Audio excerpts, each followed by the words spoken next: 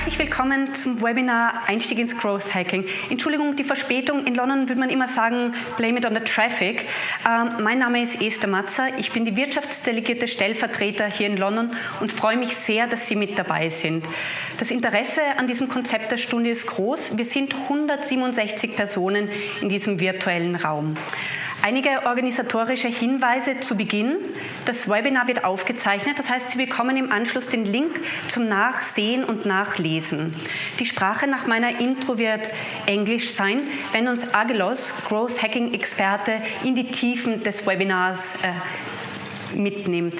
Am Schluss wird Renate Schnutt, unsere Senior Sector Managerin und die treibende Kraft hinter der Thematik im Büro, die Q&A-Session moderieren. Wenn Sie Fragen haben, können Sie diese jederzeit während des Webinars schon über die Chatbox stellen.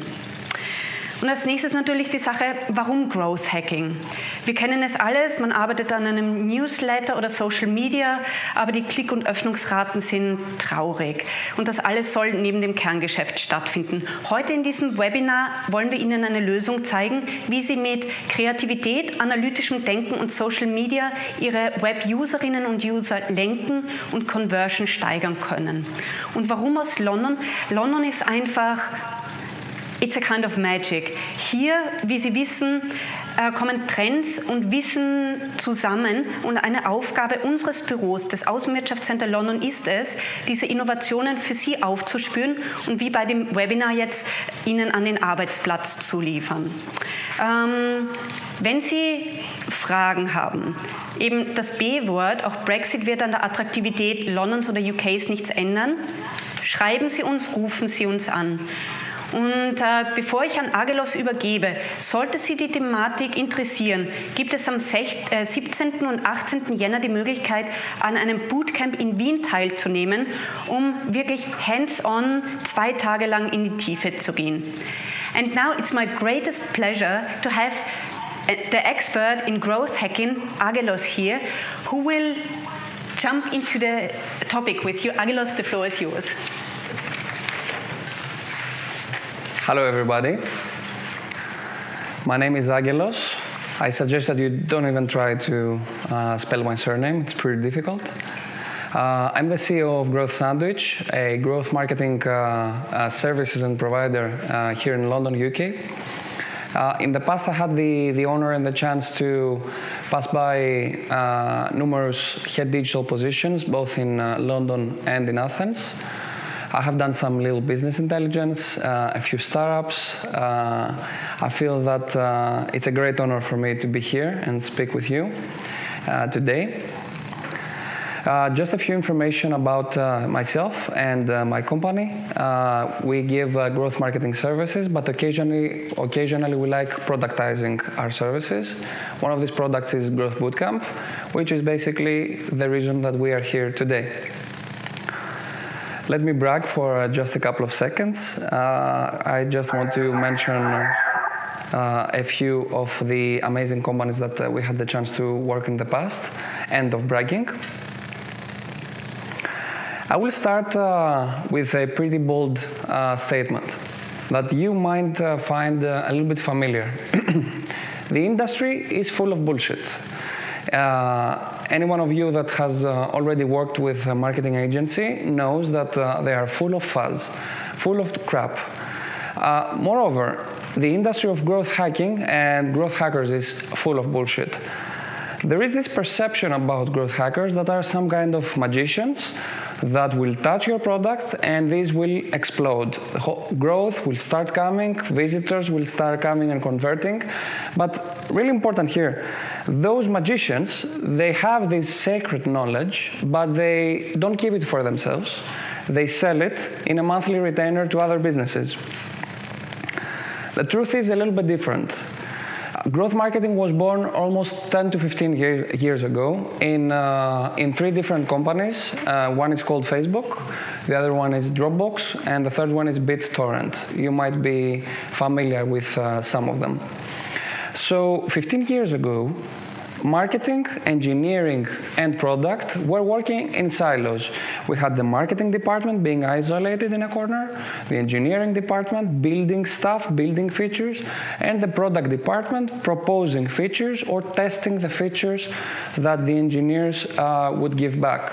What the marketers would do is just market the features, market the new products. At some point, this book happened. This book is The Lean Startup by Eric Rice. So in a nutshell, this teaches us the lean methodology. The lean methodology is a mindset and a methodology that started a few years ago in Japan in the car manufacturing industry by Suzuki and Toyota. So in a few words, what the lean methodology teaches us is that when you want to build a product, perhaps a car, it's better, instead of building the whole car, spending too much money into building it and marketing it, build a smaller version of this car, market it, take the feedback from the market, and if the market is willing to buy this car, build a little bit more. Market it again, take the feedback from the market, and if everything goes well, build a little bit more. But if something doesn't go well, kill it, stop it. So businesses at this point of time realized that this was an amazing way for them to start building products and features without draining their wallets. They understood that they needed a middleman to break these really unsustainable silos. A person that would be a marketer at heart, but also someone that would be able to communicate with engineers. It's not always easy. And also understand data. So they needed a horizontal middleman to break these silos and let those departments work together harmonically. But what is growth? I'm sharing a lot of information that basically do a circle around the main topic today. What is growth? And that's a really nice question. I guess you already have it if you're here, because that will help you distinguish the real growth marketers from the hackers.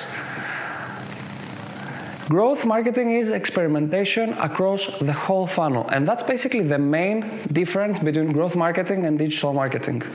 Traditional digital marketing traditionally cares about top of the funnel metrics, awareness, visitors, traction, that kind of top of the funnel metrics.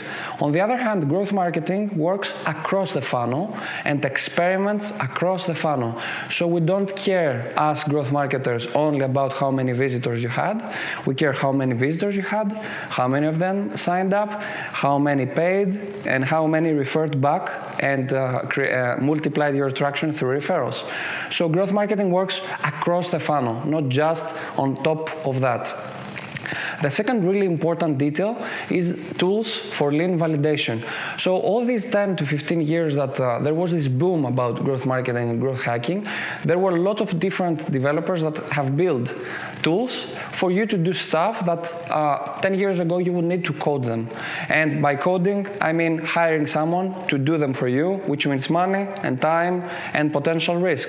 So growth marketing leverages a big amount of tools that exist out there to help you validate your ideas, do your experiments without actually having to spend too much time or money to actually implement them.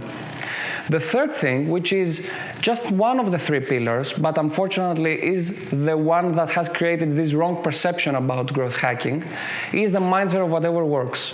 Yes, that's true. Growth marketers have in their DNA that if something works, I'll do it. Whatever works to bring growth to my product. The first documented growth hack comes from Hotmail. Most of you should be familiar with Hotmail. It used to be one of the largest email providers in the world. So Hotmail realized back in 90-something, I don't even remember, sorry for that, that the explosive growth that they needed wouldn't come from paid acquisition, perhaps, or organic acquisition, but what they needed was to leverage the big mass of users they already have acquired, and they were extremely happy with the product, and they were expressing this happiness by using the product, aka sending hundreds of emails. So a marketer that would understand data and would be able to speak with engineers came up with an idea. He said, okay, I have a mass of really happy users that send hundreds of emails every day. Let's put a simple line at the end of every email that leaves, a default line that says, get your free email at Hotmail, and let's hyperlink the word Hotmail.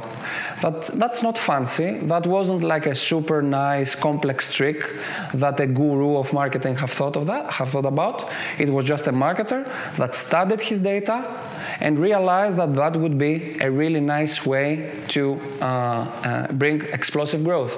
And don't be fooled here.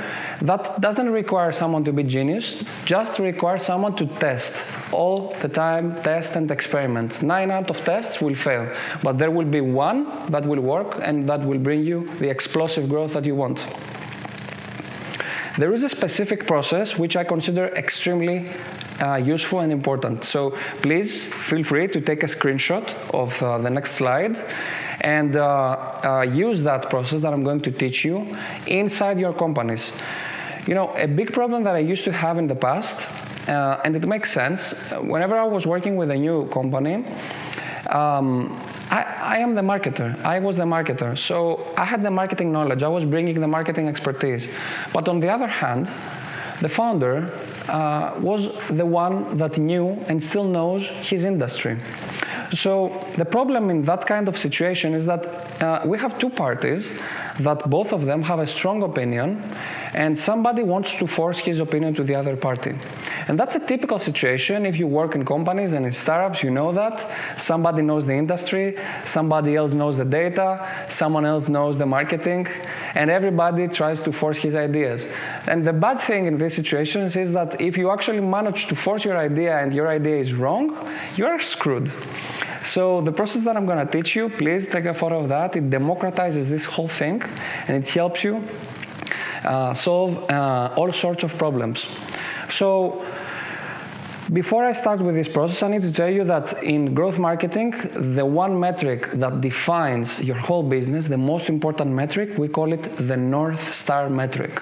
Every month, you should decide what is your North Star metric, the one number that is the most significant for your business at the moment.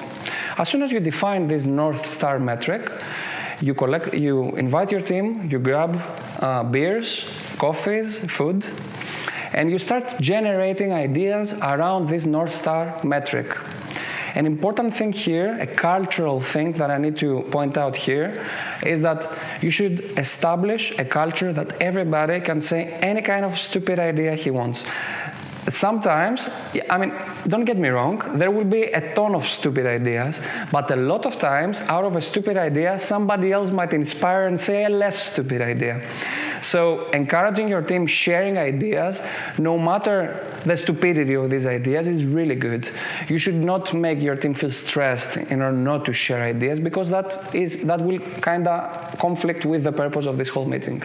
So we gather around a few beers, or 100, and we start generating ideas. And as soon as we generate a big amount of ideas, and we are literally, we don't have any more, we start ranking and prioritizing these ideas. The whole team needs to vote here, and vote based on 3 factors, actually 2 and 1 in parentheses.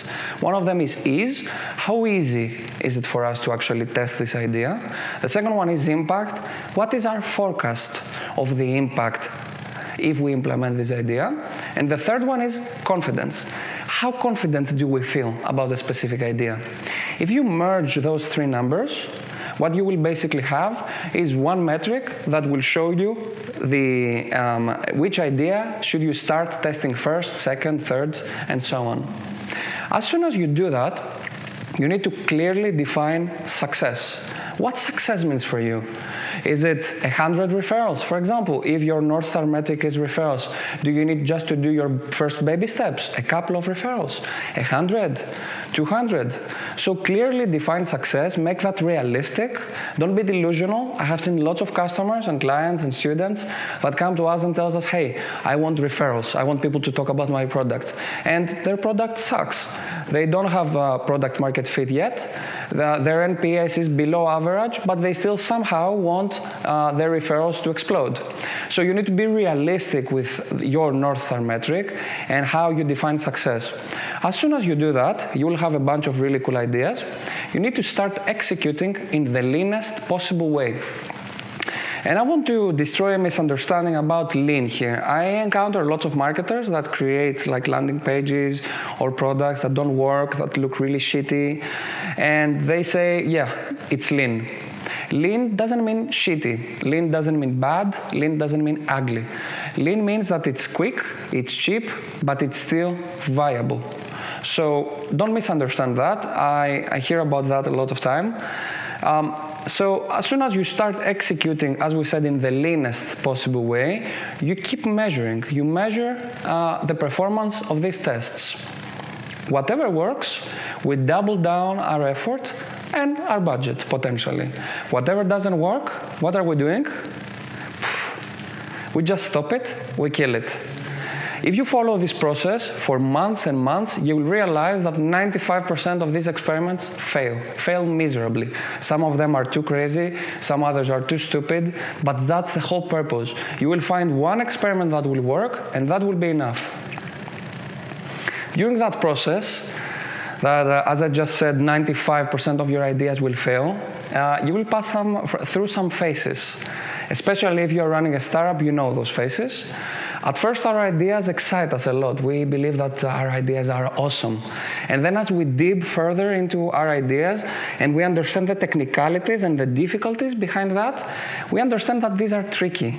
And then we get kind of discouraged and disappointed, and we understand that our ideas are shit. But then at some point, we find a way to make them work.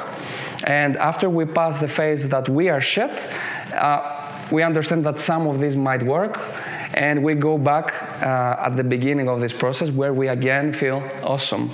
And I don't know about you, but this process, we have that process in a bi-weekly basis in my company. The last 2 years that I'm running this company, every 2 weeks I feel awesome, and after 3 days I feel like shit.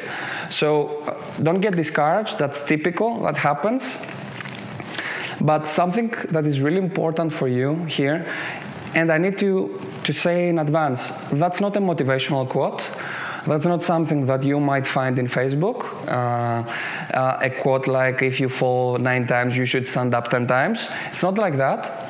Measuring success is hard, and you should not give up soon. As I said, that's not motivational. It's a matter of statistical significance. When we run a test and we want to be sure if something works or doesn't work, if we stop it too early, we don't have enough data to actually evaluate it. What we need to seek in order to evaluate a test, a campaign, a channel, an idea, everything, is statistical significance. The fact that if my mom liked my product is not a statistically significant and unbiased audience for me to evaluate my product or my ideas. Commit to your strategy and seek for statistical significance.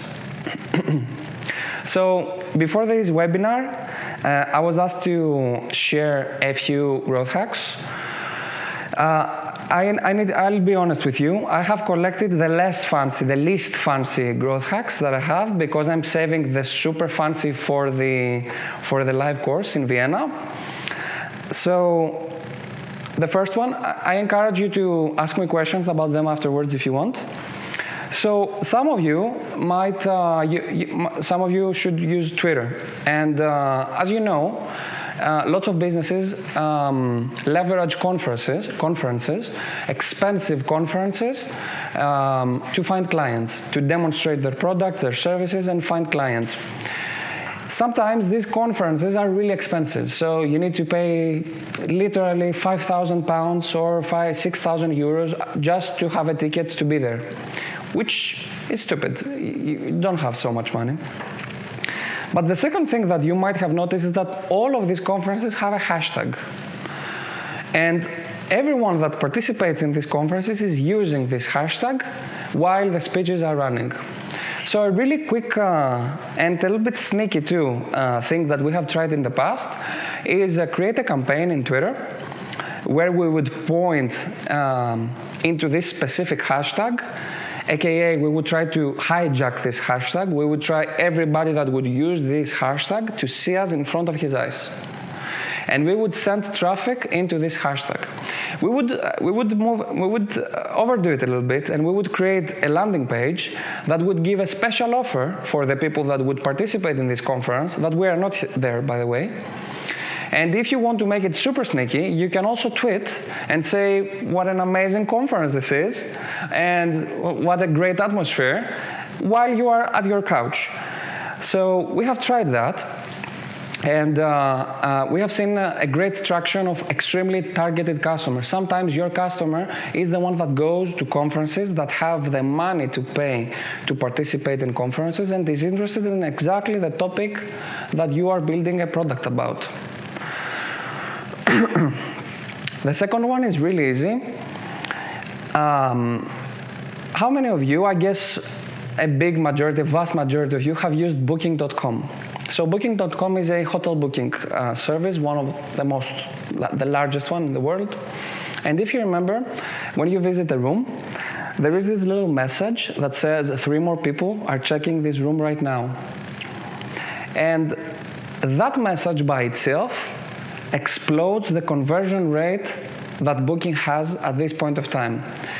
Even if you're not like a big fan of this room, just the fact that 3 other people want to take your room, the room that you spotted first and you visited, makes you feel the need to rush.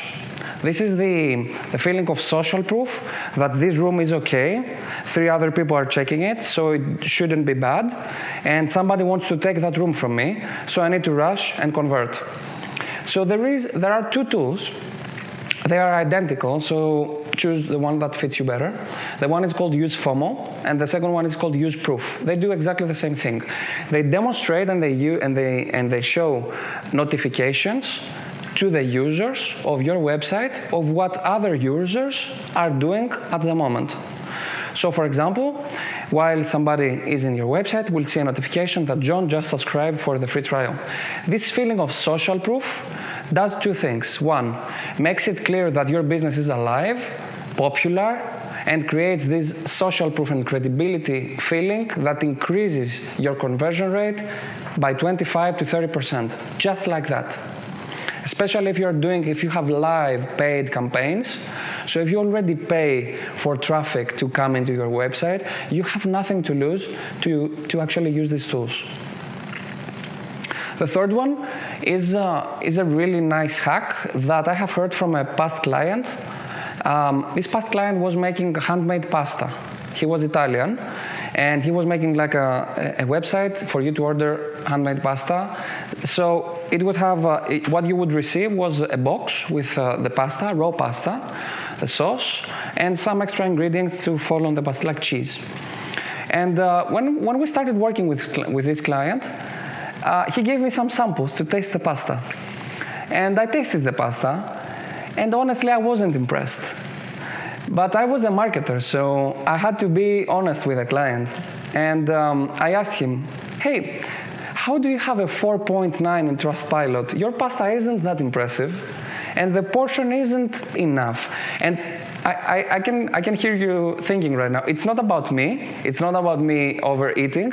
A lot of friends that have tasted this service also thought that the portion was pretty small.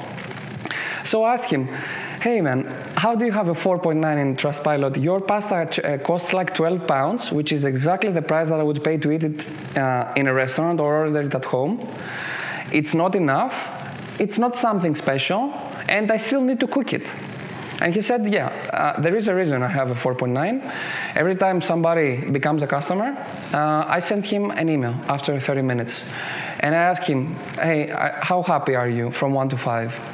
All the people that give me 1, 2, or 3 stars out of 5, I send them another follow-up email that gives them £10 discount to order again. I tell them, hey, I'm sorry for that. I'm sorry for your experience. Take £10 to order again.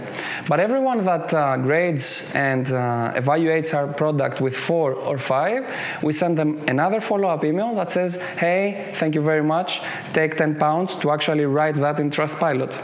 So what the guy did was he basically bribed all of the happy customers only to write that and express that online. And he also bribed the unhappy ones to test the product again and not make that a big deal and write about that. And I need to tell you that you might find that funny, but this guy at the moment was featured in the Telegraph as one of the most fastest growing FMCG startup in London, the one that redefines pasta in London. He has raised almost $500,000 and he is having an amazing life. And all that by the impression that was created about his product, that he created about the product, and the time that he used to perfect his product by establishing that kind of smart thinking. On the contrary, if he would allow the real reviews, he would die early enough so that we wouldn't experience his explosive growth. I need to tell you here, I know I said at the beginning that growth hacking is not magic, and I have shared a few magic tricks to you. The thing is that all these hacks that I shared with you are the product of somebody that experimented and documented this hack for us to be able to share that today and maybe have fun with some of them. The thing with marketing is that it's a social science. As soon as everybody does something, then it doesn't work anymore. It's like a pickup line that we use for flirting. When everybody uses it, it just doesn't work anymore. So all these hacks that I just shared with you, they have no meaning if you don't have a strategy. And they have no meaning if you don't have your own growth mindset internally, and if you don't leverage the tips that I shared with you in the democratization of the ideas internally to actually produce your own hacks, your own ideas, and your own tricks. That was it from me. Thank you very much for being here. I think Renate, and hallo und servus. Thank you, Agilas. This was amazing. My name is Renate Schnutt. I'm working for the Außenwirtschaft Austria office in London. As well as I said, it was very exciting to listen, and I also picked up a few new things. So I just want to make sure if you laughed at what you have heard, I just want to give you information on our innovation lab in Vienna. It's going to take place at the headquarters, which is Wiener Hauptstraße, and it will be on the 17th and 18th of January. On both days, we start at 9 o'clock until 6 o'clock. So maybe you would like to say something according to the program? I want to take 2 minutes, if it's okay, to quickly explain the program and what the people will gain, and maybe if there are questions, live questions or your questions.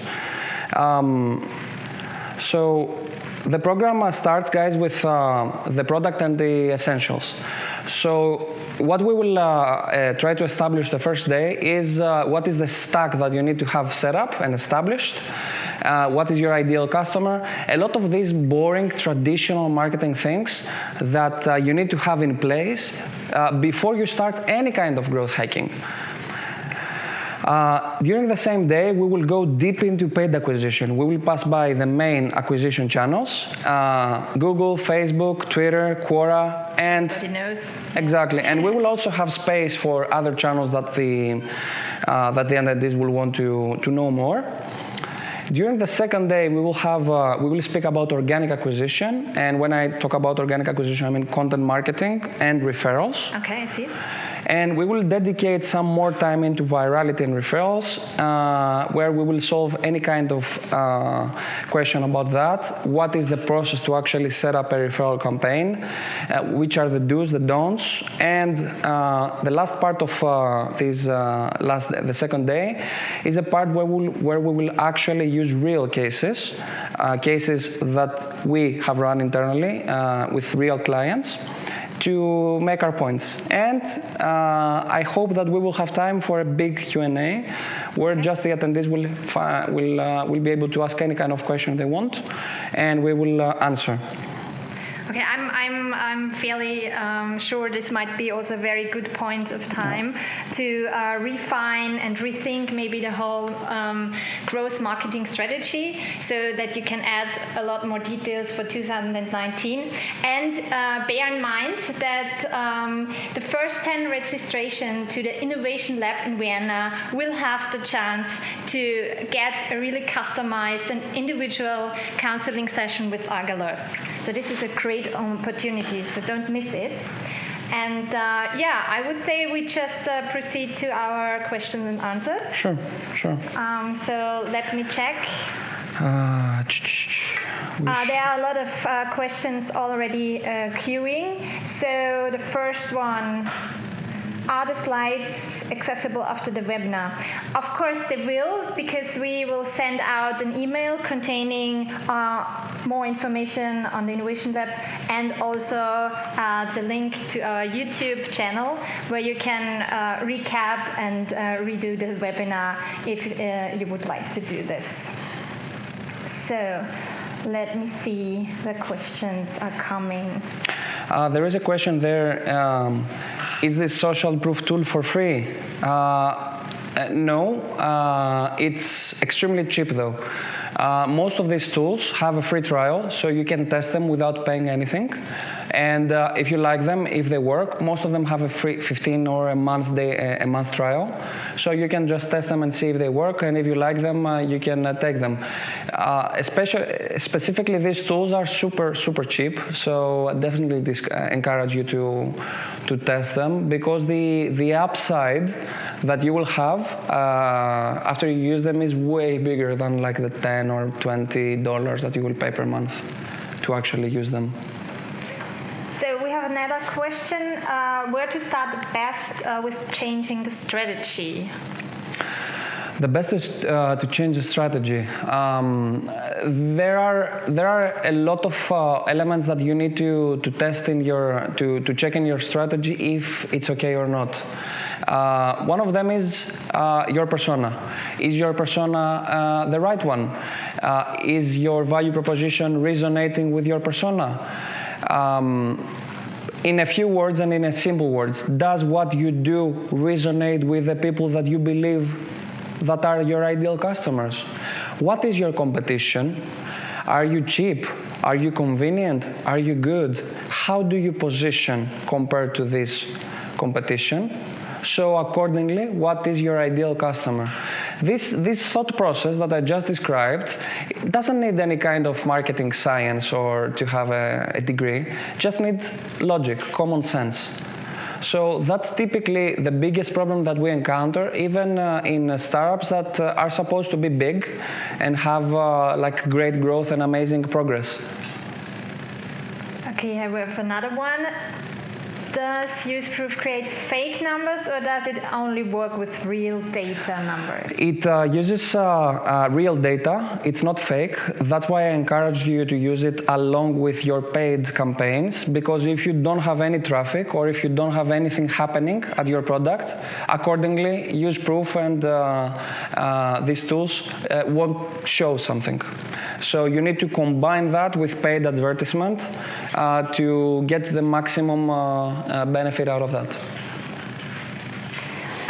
There was a couple of questions regarding budget, so maybe we give them an idea on the initial budget they should consider. Okay, it really depends on the channel. And the answer here is not standard, because again, it depends on the channel, it depends on your business, it depends on your funnel. But just for the sake of, to give you an answer here, Facebook traditionally, in principle, is a little bit cheaper. So you will need at least €1,000 to start at, if you actually want to have like a really structured and good testing process. But you can do your job with even a little bit less, like 500, 600. It's always a matter of how many things are you testing. So don't get me wrong, I'm not like I'm not representing Facebook. I won't tell you how much you will spend. It's the numbers, it's statistical significance. If you start with by testing 20 campaigns in the same time, you will need all of these 20 campaigns to give you statistically significant results to evaluate them or not.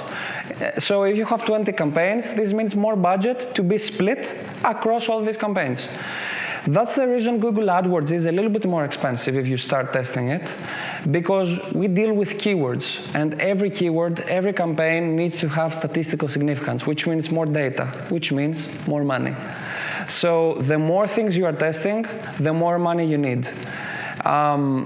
We can discuss that individually during the course in Vienna, because it's also a matter of the funnel. If you have a B2C funnel, if I'm selling pens, the funnel is way shorter as if I'm selling accounting services to enterprises. So when you see an ad for a pen, you just see an ad, you buy the pen. Simple, short, quick. But if I'm selling enterprise accounting services to enterprises, somebody needs to come to the website, see my offering, set up a phone call, maybe 100 more phone calls because it's an enterprise, and then at some point I convert. So longer funnel, more testing, more money. So it really depends on lots of different factors. Do you have any advice concerning personnel arrangements? I mean, for people, if you just have a department for marketing, so what is the next step? You need to do some further recruiting, but in terms of to actually have to have a growth marketing mindset internally. Yeah. The books, the by the book theory says that your growth marketer is a different person than your head marketer. And the reason behind that is because your head marketer is vertical, so he's responsible for the marketing, but your growth marketer is horizontal. He is working with your marketing department, with your engineering, and with your product horizontally. Truth is, we can't afford to have two marketers that are senior. So what we can do is form a growth team that consists of different disciplines and different expertise from the same team. So you can choose a marketing employee, a product expert, potentially a data analyst, and definitely an engineer to be in the same team and conduct growth meetings to discuss these ideas that you ideate for, or the experiments. I think that's the most sustainable solution for a small company that is starting now and doesn't have too much money. But Facebook, for example, has a dedicated growth department and a marketing department. Growth has some distance from marketing. It's not marketing. It's a different function. The usual situation in Austria is like this. They have online marketers, or there is a team of 5 people normally. And what's the difference between growth marketing or growth hacking and online marketing? Because online marketing as a profile, as a role, is very defined in Austria, but I think there's a difference. Yeah. I come from Athens, where the dynamics of online marketing, digital marketing, and growth marketing are pretty similar with Austria. Especially, I know that after a short discussion I had with Renate. In my country, and I guess in Austria too, people still care about likes and fans and that kind of metrics. The reality is that those metrics are useless nowadays. They don't really matter anymore. Digital marketing 8 years ago would focus on bringing you more fans to your page. Digital marketing 3 years ago would focus on bringing you traffic to your page. Growth marketing nowadays focuses on how to bring users in that will convert and then they will refer. So digital marketing works top of the funnel. Usually the goal of a digital marketer is to bring you more visits. The growth market doesn't care about bringing you more visits, cares about conversions and referrals, the whole funnel. Awareness, consideration, conversion, referral. I can't stretch that enough. That's the huge difference between growth marketing and digital marketing. In growth marketers are a little bit of product, a little bit of marketing, a little bit of sales. They care about the whole business, from the visit till the referral, not just for the first part. Traditional marketing would care only about visibility, only about taking something and make it well known. Yeah, it's more about branding sometimes. Exactly, The focus exactly. is a lot on branding and stuff. There's another question. So it's so far most or all growth hack examples I heard are from B2C companies. Sorry. Will you present an example for B2B companies? Actually, the one I shared about Twitter is perfect for B2B, Okay. because traditionally the companies that need conferences are the ones that are selling SaaS products or B2B services. That's where businesses go. For example, an email marketing conference. If you have a product that does amazing email marketing, you definitely need to incorporate conferences in your marketing budget and planning. So the Twitter one is amazing for B2B. I have a lot of hacks for B2B in my portfolio right now, but I don't think we have time for that, right? I think we should consider them Yeah. for our innovation lab. Yeah. Don't worry, B2B startups. I have a lot of content for you. I know you struggle. It's difficult. B2B marketing and inbound marketing is one of the most difficult, but I have you sorted. There's another related question. How can I evaluate a true growth hacker from a scammer? That's a great question.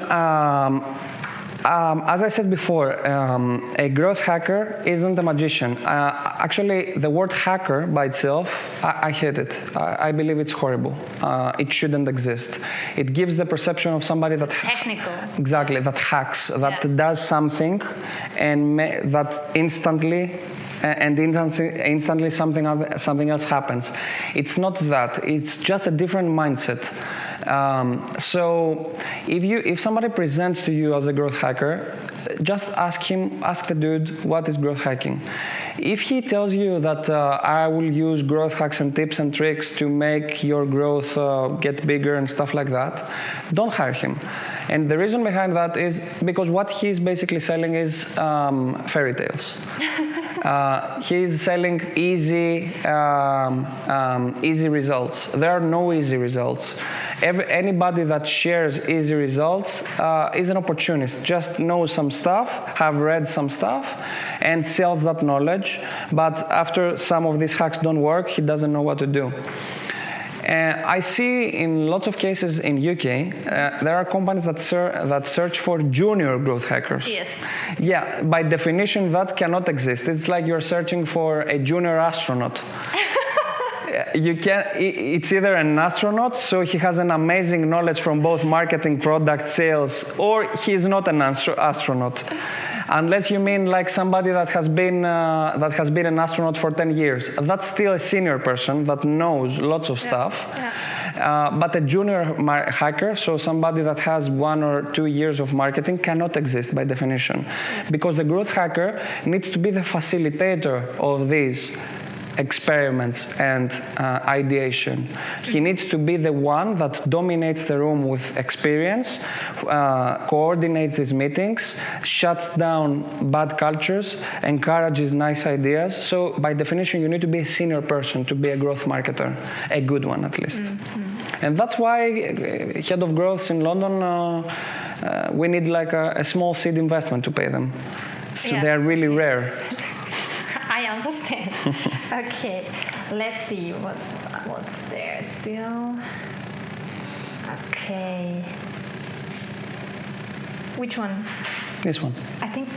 Okay. Do you have a recommendation on a website to learn more about growth hacking? This is actually a good point.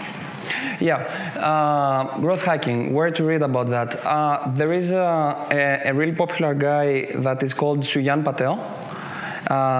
His name is spelled like SU, and Neil Patel. So, father of growth hacking or whatever you call it. The growth father of growth hacking is Shane Ellis. Okay. Shane Ellis is the guy that is the founder, the CEO of growthhackers.com, and he also wrote the first book that was named Growth Hacking. Mm-hmm. He is the godfather of growth hacking, the one that introduced the term, the first growth hacker. And that's a really nice book for you to read.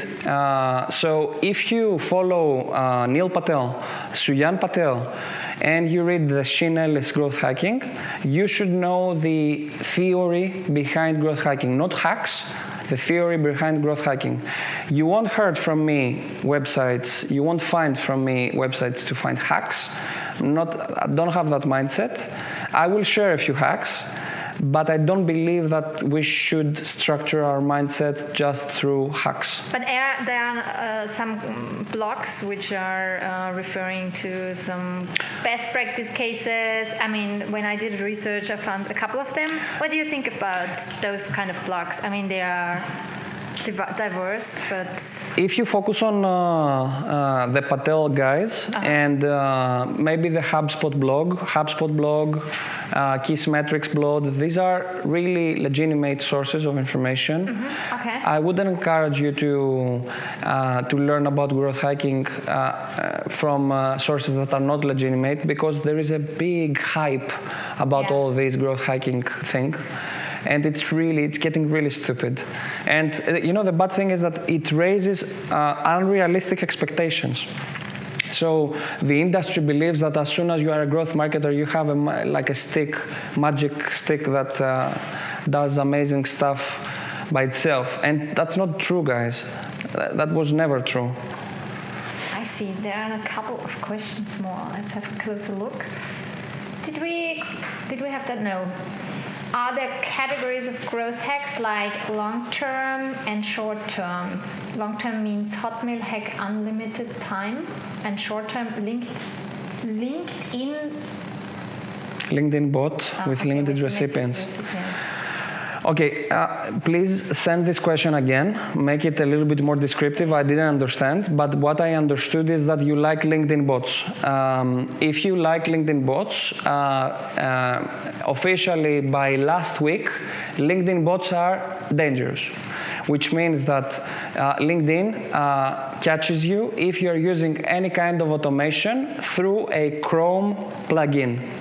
So they will catch you, which doesn't mean that police will come and knock your door, but it means that gradually you will see less engagement in your posts until you get banned. So the symptoms will be that you will post stuff that will have less engagement, and eventually you will be banned. As I said, it's a social psychology. Lots of people have used bots in LinkedIn. LinkedIn found out, they fixed it. No more bots in LinkedIn. At least no more bots that work through a Chrome plugin, because there are other ways. As I have heard, some friends of mine have used some of them. We don't condone such practices, though, in Growth Sandwich. But some friends have used tools like Phantom Buster. I haven't used it. I don't know. A friend of mine only has used it to actually do the same thing without a Chrome plugin. It's technically illegal, by the way. I think we got the explanation of that question again. Hotmail hack works basically forever. LinkedIn bot. No, Hotmail hack doesn't work forever. Hotmail hack works until people get used to it. People don't really care about that anymore, because it became like a status quo. Do you care about the little message that is being sent automatically through your iPhone that says sent by iPhone? No, you don't even notice it. Potentially you even erase it because you don't want your business contacts to understand that you are sending emails on the fly. So it doesn't work anymore. LinkedIn bot has a finite list of recipients and cannot run forever. That's not true, actually. You can set the LinkedIn bot to add new contacts all the time, and then you can set the bot to send messages to the contacts that accepted you. So technically speaking, if you have a bot, You can keep adding people, and as soon as they accept you, you can keep messaging them or doing stuff. But as I said, dangerous, unless you have found a way that doesn't leverage Chrome plugins. I got the subtle side that we are running out of time, so there are a couple of questions left. So I would say there's a great opportunity in January in Vienna to meet Agathos in person. And is there anything left you would like to share with our Austrian audience? Yeah, I'd like to tell you guys that these 2 days will be really intense. So get prepared for 2 days that will not be easy, which means that we are not saying only pleasant things, really easy, fancy cases. It's intense. It's difficult. It is. Renate knows. He has been part of that. But after that, you will be. Very good. Thank you very much. Thank you. I feel that you will be really benefited. And I also feel that we are not the kind of instructors that just share boring information and leave. So we will be there to answer any kind of question, but you need to be prepared for 2 really, really intense days. I just hope to see you in Vienna. I hope this teaser event has given you a really, really good insight into the topic growth hacking. And whenever you want to give us some information on your interest, or you would like to drop us an email if you want to cover some further questions, then please use london@wko.at. And I hope you sign up for our Innovation Lab, which is going to take place on the 17th and 18th of January. And I hope it was a great webinar for you. Thank you so much. Bye.